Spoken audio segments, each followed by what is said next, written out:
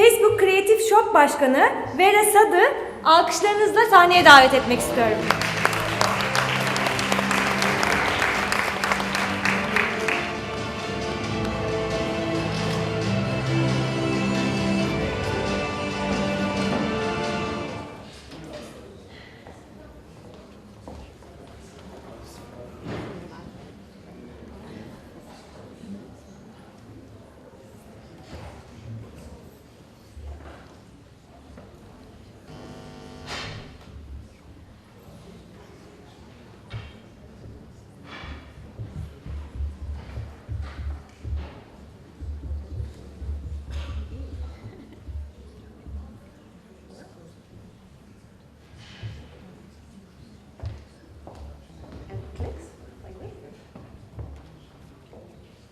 Okay, so good evening, Boğaziçi. I've been training all the way here to get it right, and I'm pretty sure I didn't get it right, but I know what it means. He explained to me, my colleague explained to me about the throat and the two rivers and stuff, so I think I'm there. So some of you guys know me. I may have worked with a couple of you guys. My name is WEERA, and I had a tiny little team in Facebook called Creative Shop. I had the team in Middle East Africa and Turkey, and we have people like me all over my region to help, to basically to heed the call of help for brands and for creative agencies if they need any support to unlock the magic of our platform through creativity. You might think, what am I doing here? Well, first, I love Istanbul, and my Instagram does not lie. If you go to my Instagram, you will know that I love Istanbul. It's like a love relationship that has started years ago, even way before Facebook. So anytime anybody calls me to speak, I come, because I love your city. That's number one. Number two, you might be surprised, what is a creative shop, creative strategist, woman with crazy hair and crazy dress doing in a data analytics summit, right? You're probably thinking, she doesn't look like a strategist, she doesn't look like a planner, she doesn't look like she's serious about any topic, so what is she doing here? Well, I am. And people, when they see me, they think creative, but actually my title is creative strategist. All the people in my team are called creative strategists. We wear both hats, because in the world of the future, you can, if you want to crack the new world and communication in the new world, especially on that little device that humanity is like skimming through every day, if you really want to crack that world, you cannot separate between the two. You need to be a planner, you need to be a creative, you need to blur the lines between media buying and creative development, and that's when you reach the sweet spot. And that's the one thing that we have learned, you know, like experimenting and trying to crack what the ideal approach should be on mobile. So let me start by saying something that you guys already know. Our brains are fast. But I bet you guys did not know that they're actually faster than they used to be.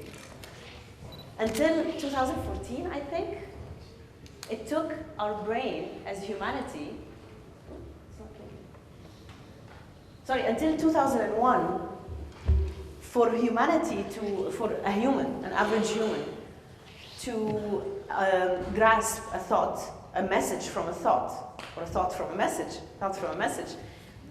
it would take a regular human being 1/3 of a second. That's the year 2001. Back in 2014, MIT did research, and they found that our brains are evolving to grasp messages in a much faster way. So it takes us almost 1/3 of that time to grasp a thought from a message. Guess what? It takes us even shorter time to grasp a thought from an image. I can't even say this number. It's like what?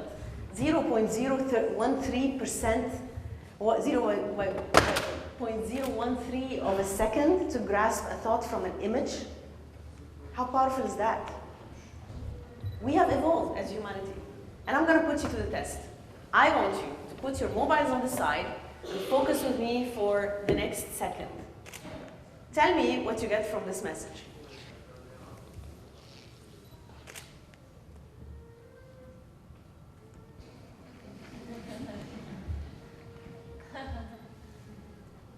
And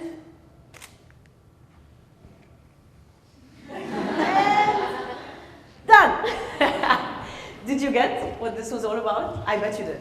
I bet half of you did. I bet you got half of it. The reason why this is happening is because your brains right now, as we speak, are firing, and that's like my favorite part of every speech I do. Our brains are firing almost 86 billion neurons, connections, every, I think, 1,000 times per second. For perspective, that's like 40 high-definition movies per second. And assuming that it's the end of the day and you guys cannot wait to get rid of me because you're tired and you're bored and everything, let's divide that number and say it's 4 HD movies per second. Your brain is actually has the capability to process that. That's like the 3 movies of The Godfather plus Gora at one go, in 1 second. Which means what? Which means, well, before I talk about what which means, I want to challenge you on one thing. I don't know whether it was the chicken or the egg, which evolved first. Did our brains evolve first, and hence the content that humanity is actually collectively creating has outpaced any other time in history, or the other way around? We've evolved because the content that is created as we speak, the amount of information that is coming our way is so much at every single point in time, at every single point in the day, at every single second, that our brain had to evolve to absorb it. So I'm going to challenge you. Humanity, planet Earth. We have created almost 5 billion GB of content since the beginning of time, since we discovered language. 5 billion GB of content since the beginning of time. Raise your hand if you think that now, as I'm speaking, we are creating 5 billion GB of content every 10 years. Okay, every 20 years? Okay, shout out the numbers. In an hour. In an hour? In an hour. You're wrong. You're too quick. You're young, so that's why you're saying it. Every 10 minutes. Every 10 minutes. That's a lot. What does that mean? It means that people, when I say feed, it actually means the feed of Facebook or Instagram. Like we call it feed. So it means that actually people are thumbing through. That's like probably going to be, as humanity evolves, it's going to be the strongest muscle that we have, the thumb. That means that people are actually thumbing through 300 feet of content every day. That's the Statue of Liberty. That's how far we go with our thumb every day. It means, and that's, I don't know, is it the chicken or the egg? We have infinite supply versus finite time. We only have 24 hours a day. I don't know how much seconds that is. Everything is competing with everything on that feed. You know, like images of me, fabulous me, are competing with ads of Pepsi. Ads of Pepsi are competing with ads of Turkish Airlines. Ads of Turkish Airlines are competing with the grocery next door. The grocery next door is competing with Trendyol for your attention, which makes attention the single most important currency that any brand can have. Are you guys, raise your hand if you work with brands. Raise your hand if you work in marketing, in advertising, if you're still a student. Okay, you're my favorite crowd. Anyway, so my point is, if you're a brand, or if you have any interest in getting any eyeballs on your account out there on that device, you need to consider this. attention is the single most important currency, and people will not give you their attention if you're not relevant. And its relevance in this world is a completely different game than the old world, or than the other world, the world of TV, for example. Why? Because every citizen on the planet is both a publisher and a consumer of content. Every 7 billion people on the planet are both publishers and consumers of content. This is your play field. This is your playing ground. And let's say 2.7 billion people who are on Facebook and Instagram are both publishers and consumers of content. They are your consumers and your competition at the same time, every single one of them. 2.7 billion. So when we say this feed is quick, you know, some of us have actually spent time with some of your agencies or some of your clients, and we say, you know, like, make it quick. People will absorb. Humanity's brain has now evolved to absorb thoughts quickly. This is not the speed of feed. This is a conversation about the speed of people. I bet the students here are actually connecting with what I'm saying a little bit more, because you were born in that world. Your brain is probably already faster than our brain. We need to evolve to keep up with people on mobile. And that's what I want to talk to you guys about today. And I also want to talk to you about the single most important skill that, in my humble opinion, after working, I don't know, I look like I'm 22, but I'm actually not 22. For more than a couple of decades, I worked in the conventional world of storytelling. I worked in advertising agencies, the legacy ones, BBDO, DDB, all of those names. And then for the past 2 years, I've joined Facebook, and it's been a roller coaster ride. I had to unlearn a lot of stuff. I had to use a lot of the skills that I've learned before from my old world. But I have to say that when I watch people around me who get it, from the creators that we work with in agencies like BBDO and DDB and independent agencies, and from the client side, there is always one trait that each and every single one of them has that the others who didn't get it don't have. Can you guess what it is? It's actually curiosity. The world of mobile, and if you want to crack storytelling on mobile and creativity on mobile, you don't have to be the most talented person on the planet. You really have to have curiosity, though. You really have to have the investigative flair. Why? Because you have all the data in the world at your disposal. So we're saying that every citizen on the planet is both a publisher and a consumer of content. Let's just ponder on this for a second. You have 2.7 billion people on the planet telling you what they like and what they don't like, what they're interested in and what they're not interested in. Now, you can go ahead and tell your brand story in complete disregard of that, or you can tell your brand story in a way that resonates with them. Not only that resonates with every single one of them, with the micro groups of them, with the different communities of them. If you want to, if you have curiosity, your ads will work just fine. Your brand stories will be told just fine. But if you really want to go the extra mile, and if you really want to crack it, and if you really want to master that world, and then come back to me and tell me what is the formula, because heck, I don't know. But I know one thing, that you need to be curious. Investigate, create your hypotheses, and then experiment. What does that mean? It means learn. Be in a constant state of learning. And today, I was thinking, okay, should I show you nice ads and nice cases? I will, by the way, so it's okay. Or should I give you like a bigger picture, like, you know, like take you through a bit of the journey that me and my colleagues have been on, trying to crack the code or to decode what new age communication can look like, so that we can help our fellow people in the colleagues in advertising agencies and so on. So I thought I should do the second one. So making more effective mobile creative. First one is we are a nation of TVC advertisers, especially in this region.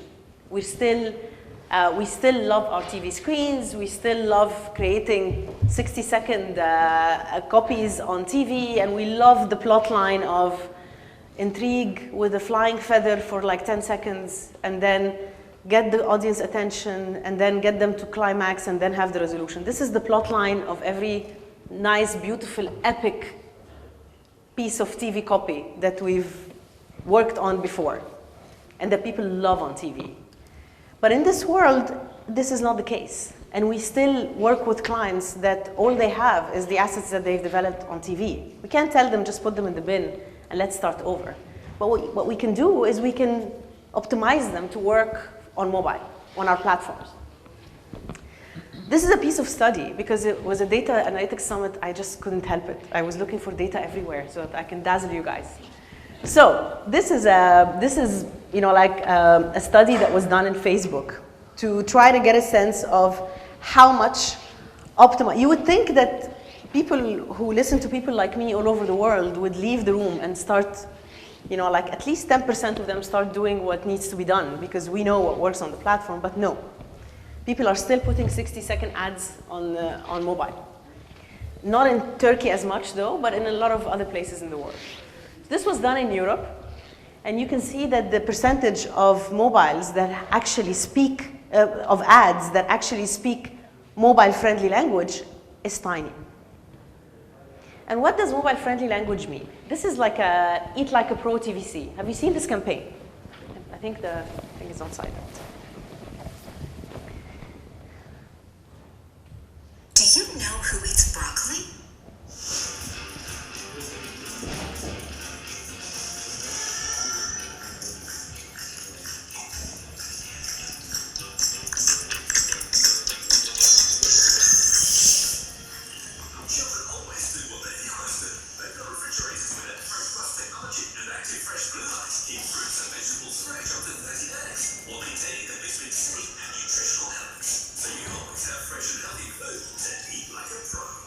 So this was the original TVC. Now, of course, had they placed it as it is on mobile, it would have flopped miserably. Why? Because people, when they are on their feed, thumbing through 300 feet of content every day, they don't want to give you that 60 seconds time to watch something on the small screen for that long, unless it's really relevant to them. And that's, you're diminishing the size of your target. So they optimized it by following what I hate when we say this is the formula or this is the holy grail, but these are the basics. You can break them, but at least know them. Capture attention quickly. Start with a scene that grabs attention. Now that could be with your brand, you know, like your Eat Like a Pro first scene, or it could be with something that you know as a creator will hook people immediately. Design for sound off, because half of you guys while I'm speaking are already on your mobile, you know, like listening to me and multitasking on your mobile at the same time. You don't want to be called out with a song while somebody is when you're in a meeting or you're in the bus or you're in the metro or something. Frame your visual story. So framing the visual story is your identity on the screen, on the small screen. You know, like in the other world of TV, we always have things like, have your slogan come at the end. It's TV language, you know, like the tagline at the end. And you always have to have a tagline. You would never go on TV without a tagline. Here, it's the same thing. Do not go on your mobile, do not launch your mobile campaign without a frame for your visual story. So that when people go through the 300 feet of content, they can recognize you. And then, of course, play and experiment. And these guys did a fantastic campaign. So on the right side is the original TVC, which you just saw. On the left side is one of the executions that they did, which this was actually McCann. Anybody from McCann here? Okay. They optimized it, and then they played with different executions and so on, but I want to show you the optimized one. This is the bare minimum that you can do. You take a copy on the right and you make it like this.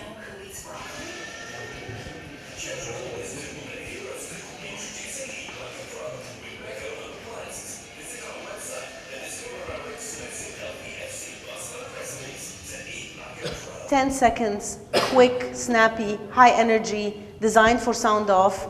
And then they played more. I mean, I can show you, I think they made 12 different, not optimized like this. They actually went into giving people recipes, and on Instagram stories, you could actually swipe up and see the players, which I don't know their names. I'm so bad with football. See them actually making special, you know, like blended recipes, smoothies, and so on for their Eat Like a Pro line, which is all developed with healthy cooking in mind. And it did well. It did really well. This was a campaign in Europe, and the results that they came out, that they actually achieved out of a brand in Turkey, is phenomenal. Second thing you need to do is to think mobile first. The first level was bare minimum. Bare minimum, optimize. You have a TVC, it's a nice TVC. Don't kill it, don't throw it in the bin. Optimize it for mobile, using the 4 holy grails that I gave you. Second thing is, as we evolve, think mobile first. When you get that brief and you start ideating, put the mobile not as a, after I finish my TVC, I'm just gonna cut it and slice it into 10 seconds and sound off because WEERA just said so. No, I'm gonna think about the mobile world way early into the equation. And I'm gonna give you the recipe in 1 slide. It's very common sense. It's not one size fits all on mobile. It's not just make it short all the time. People have 3 different behaviors when they use their mobile, when they consume content on the mobile. 3 different mindsets. One is the one that we all know, on the go. You're just listening to WEERA, she's boring you to death, you can't wait to leave, it's raining outside. I can't consume anything more than 5-6 seconds, okay? Then there's the other mindset. You're stuck in the Istanbul traffic, it's raining outside, you're sitting as a passenger, and you have all the time in the world because the damn, you know, like, line is not moving. In that mindset, you're in the frame of mind to lean back and be entertained. That's lean back mode. In that frame of mind, you can watch that 60-second TVC. Heck, you can actually watch a whole YouTube film for 2 hours. You're still stuck in traffic. Or you can watch something on IGTV or watch or whatever you want. That's lean back mode, entertain me mode. There's a very, you know, there are clear moments in the day that you can think of as creators and as brandologists where you can capture that mode. And then there's a third one, which mobile gives you, you know, like gives you the license to play with, which very few brands have actually cracked. The interactivity of the device. I remember when I first started off in the early 90s, way early 90s, my career. We had this, like, I worked on this campaign for the local equivalent of McDonald's in Cairo because we didn't have McDonald's. So it was all about the size of the sandwich. And guess what the campaign was about? I was like a young copywriter at the time. I was like 22 or something. The campaign was black screen, a sandwich, 2 hands. And I'm so embarrassed. I tried to find it, I can't find it. It was so bad that I can't find it. And basically, it was, the voiceover was telling the viewers, come closer. Come closer to the screen. Come closer. Don't be scared. Touch it. And it was all about the size of the sandwich, okay? Now, guess what? I just remembered this campaign the other day. 20 years, more than 20 years later, I can actually make that happen. I can actually get people to touch the damn sandwich. Why are we, as marketeers, not making use of that interactivity through, let's say, Instagram stories? Beats me. It's there, it's done. Canvas, which is a product on Facebook, was developed with, JWT is the one who came up with the idea of Canvas. They're like, why don't you guys make something where we can play, it was way before Instagram stories, where we can play, you know, like the thumb can take you right, left, and so on. There are products that are available that allow you to do that. And people sometimes are in that lean-in mode. You're in the bank, you're waiting for your number to be called, and you're leaning in. It's Ramadan, you're fasting, it's 2 p.m., and you just well, it's 3 p.m., you're home, you can't sleep, you're starving, you want to be entertained, but you don't have enough tolerance for a long film, you just want to play something. And you don't want to get into a game thing. That's it. Lean in mode. 3 modes.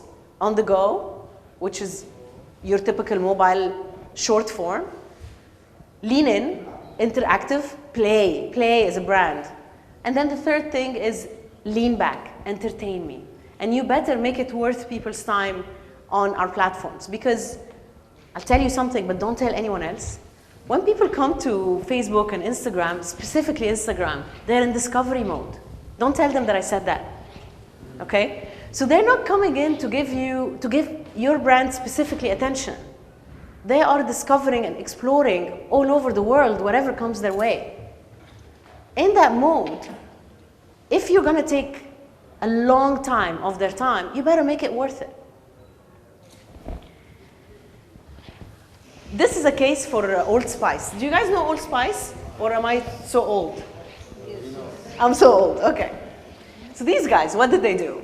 Thinking mobile first, as they were developing the creative. So they had this product. Apparently it's a deodorant that keeps you fresh for 48 hours, no matter whatever activities that you do, okay? I don't know if this is true. I don't want to be sitting next to someone who's actually used this thing and staying next to me for 48 hours. But anyway, what they did is in the studio, they had this guy for 48 hours doing challenges and activities that people were actually in their comments asking him to do. Like jump 3 times, do a somersault. And then the crew, the producers, were actually getting, so let's say go on a bike for like 2 hours. Poor guy, he actually went on the bike for 2 hours. And he was like on the screen being shown to the world as he was doing all those activities. And they had like a sweatometer to actually really size how much sweat was he making, so that at the end when they did the sniff test, yes, this is true, I kid you not, it was the sniff test, they wanted to prove that 48 hours thing works.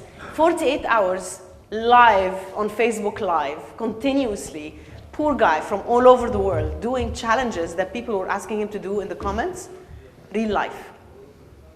People did not stay for the 48 hours watching the guy, except probably 2-3 people who are probably stalkers or something. But how was the campaign designed was as equally creative as the campaign itself. They basically did exactly what I told you, the 3 behaviors. Immediate, so they promoted the 48 hours. So for 3 seconds, 5 seconds everywhere, telling audiences on mobile, it's coming, the 48-hour challenge, tune in, blah, blah, blah. They had interactive, where people through the whole idea was interactive. Through the comments, they engaged people because they were commenting, asking him to do stuff.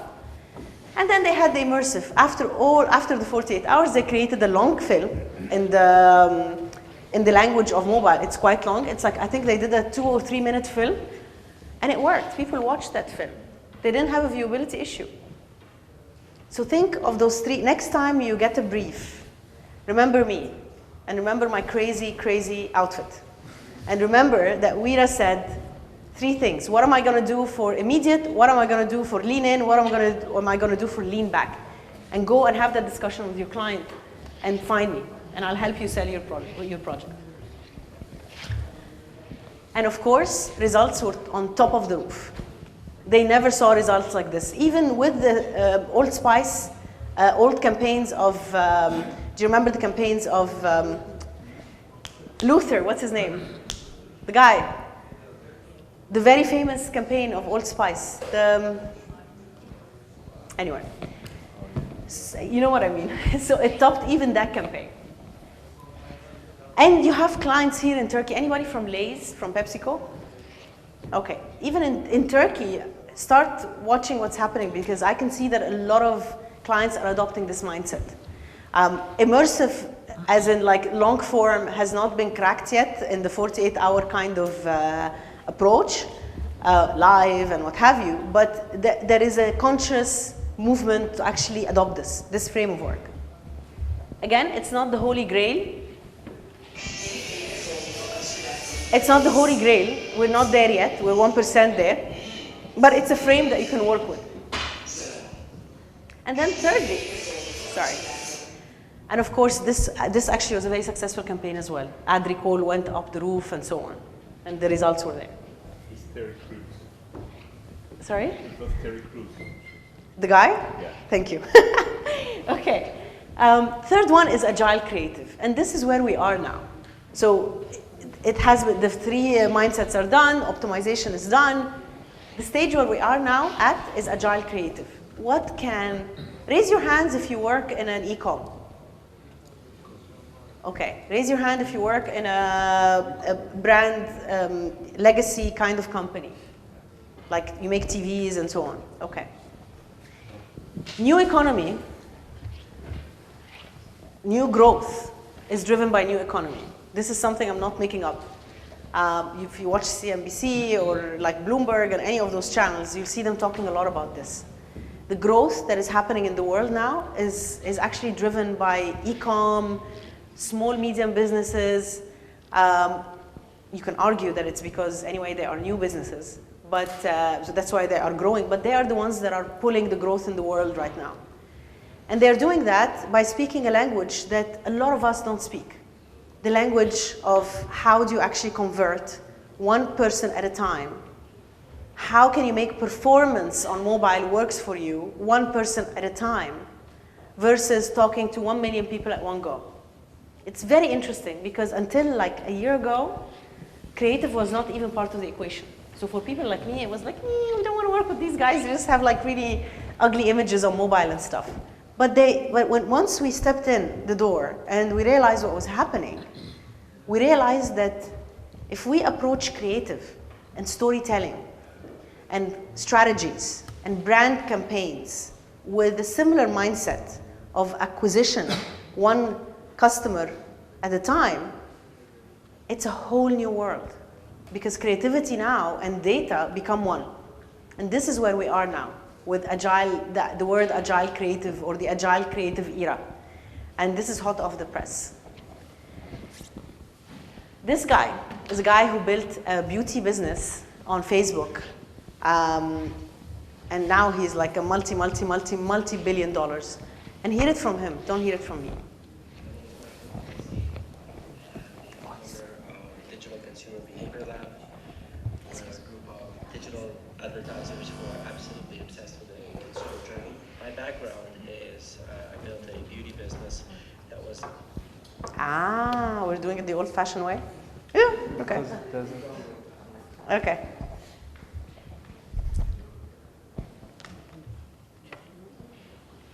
My name is Michael Malinsky, and I'm the founder of Digital Consumer Behavior Lab.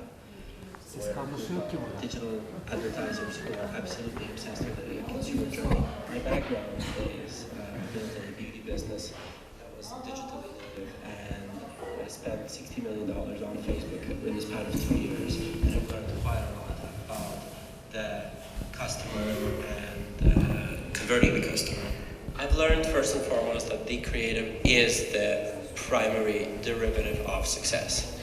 However, it is only successful when it is coupled with the right form of analysis and the ability to make changes and adapt to what the actual customers or what your actual audience dictates.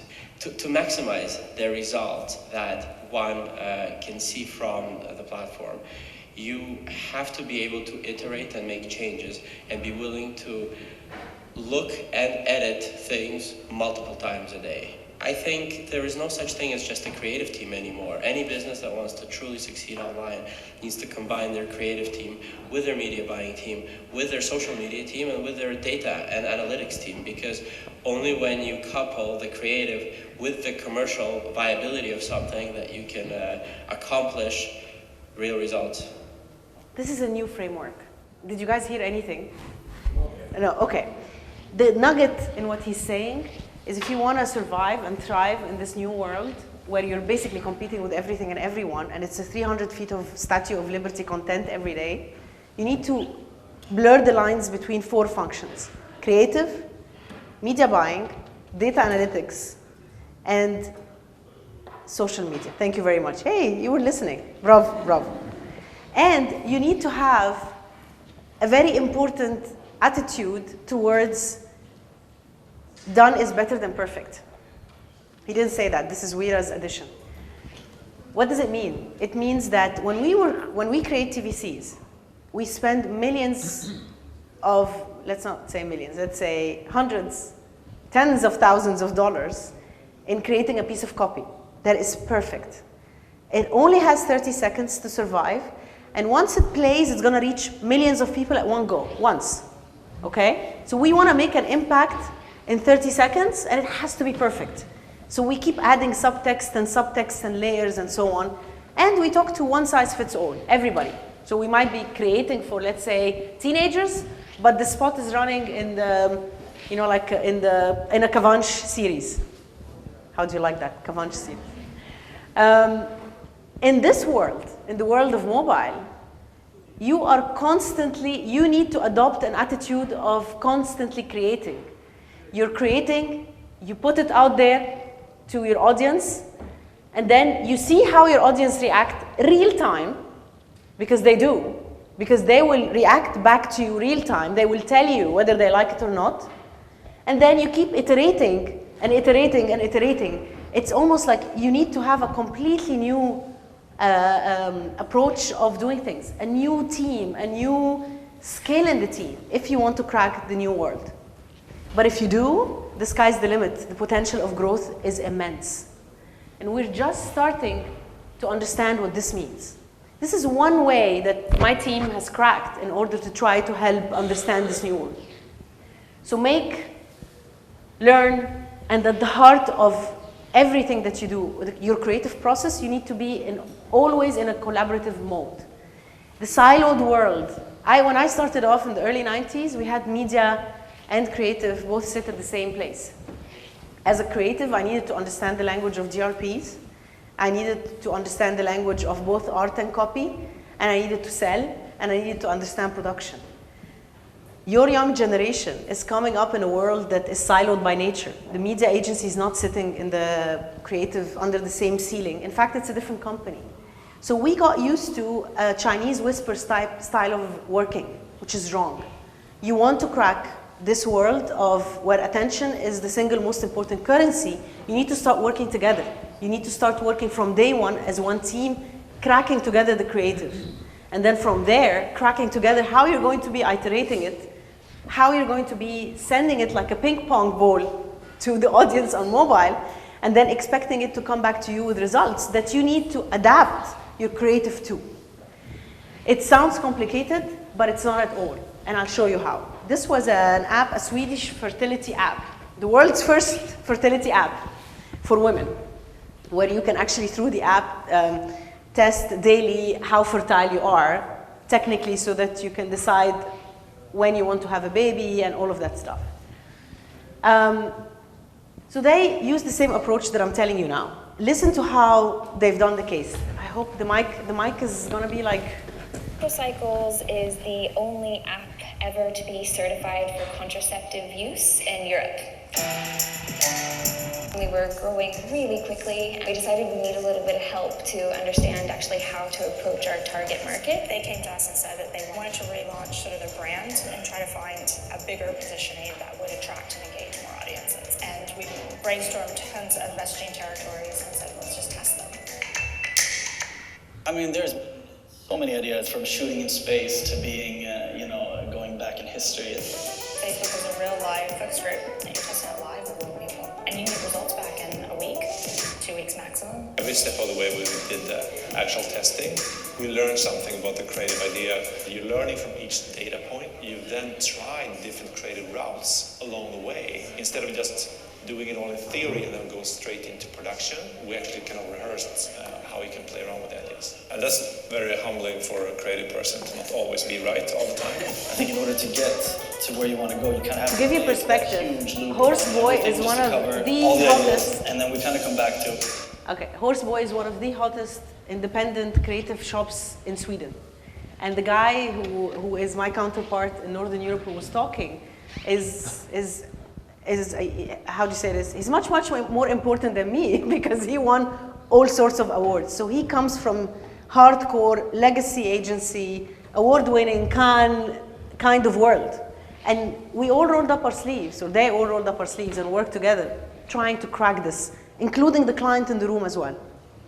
What did they do? They went through 2 days of hacking first level on the insight. They had 3 different insights that they threw, and they've actually prototyped ads that are like based on these insights, looking as basic as you're just seeing now. They threw them on the platform to controlled groups on Facebook and on Instagram. And then they A/B tested to see which insights resonated the best with people, with women, which were their target. And then from there, they went into the second stage, which is taking the insight that won and giving it 3 different creative iterations. So sometimes as clients and agencies, we come in and we present, let's say, 3 routes. And then in the room, you have some clients buying one route or the other, and the agency, in a lot of cases, wants to sell a different route that is more risky, let's say, but clients are like, no, no, no, let's go the safe way, or the other way around. In this world, you can test everything. Put the 3 of them out there, do your A/B testing on controlled groups. That means that group A does not see what group B sees, okay? All under the brand's umbrella, tone and style and communication. See which one resonates, and then go and spend your hundreds of thousands of dollars or your tens of thousands of dollars to finalize the actual creative at the end. So they tested those 3, which are distinctly different from each other. Now, they had the luxury of doing this because they had never advertised before. And then the winning one was this one, which was the 3rd sprint or the 3rd phase. This whole story that I told you took around 1 month. They met 3 times in 1 month. Sorry.